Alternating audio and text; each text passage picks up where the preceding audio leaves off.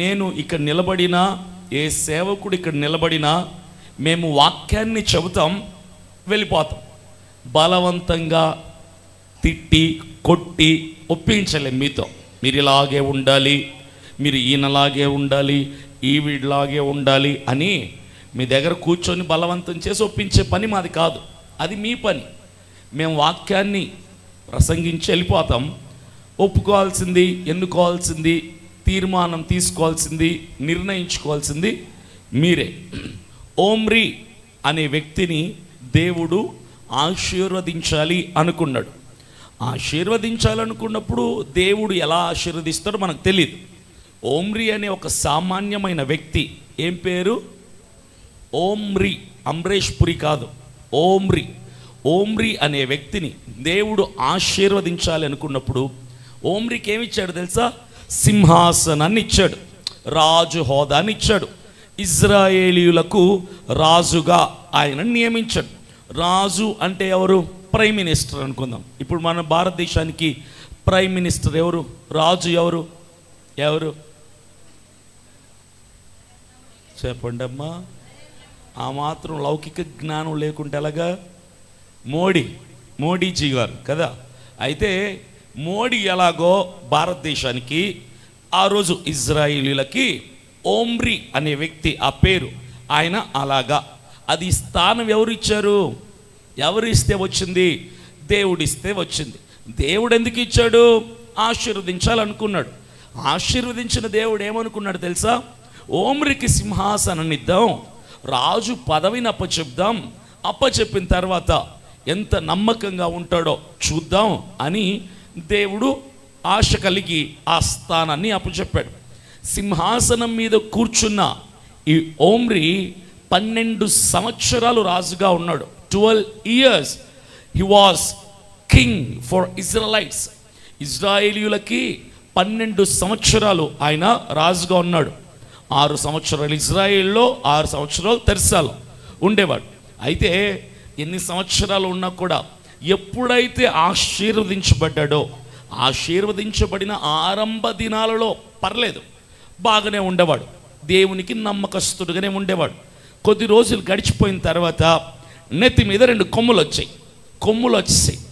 ఎవరైనా ఆశీర్వదించబడక ముందు, సేవలోకి రాకముందు, బహిరంగ సేవకుడిగా ఆహ్వానాలు అందుకోకముందు ఏమని ప్రార్థన చేస్తారంటే, ప్రభువా నాకు ఉద్యోగం ఇవ్వా, నేను నీకు నమ్మకంగా ఉంటానయ్యా, నాకు సేవలో వాడబడే అవకాశం ఇవ్వు, నేను నీకు నమ్మకంగా ఉంటాను ప్రభువా, నాకు ఒక సంఘాన్ని ఇవ్వు, నేను నీకు నమ్మకంగా ఉంటాను ప్రభువా, నాకు వ్యాపారంలో అభివృద్ధినివ్వు, నేను నీకు నమ్మకంగా ఉంటాను ప్రభువా, నాకు వివాహం జరిగించు, నేను నీకు నమ్మకంగా ఉంటాను ప్రభువా, నన్ను ఆశీర్వదించి చూడు, నేను నీకు నమ్మకంగా ఉంటాను ప్రభువా అని ఆరంభ దినాలలో ప్రతి ఒక్కరు కూడా ఏమీ లేనప్పుడు రాబోయే దాన్ని బట్టి దేవుణ్ణి ప్రాధేయపడి గోజారి కన్నీళ్లు కార్చి అడిగి అడుక్కొని దేవుని దయ ద్వారా పొందుకుంటారు.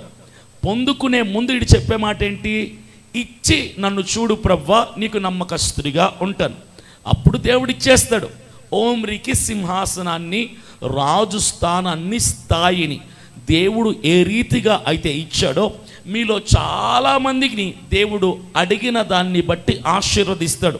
అది చదువైనా, ఉద్యోగమైనా, వ్యాపారమైనా, సేవైనా, పరిచర్య అయినా, సంఘమైనా, కుటుంబమైనా, సంతానమైనా, వాట్ ఎవర్ ఇట్ ఈస్, అది ఏదైనా దేవుడు ఆశీర్వదిస్తాడు.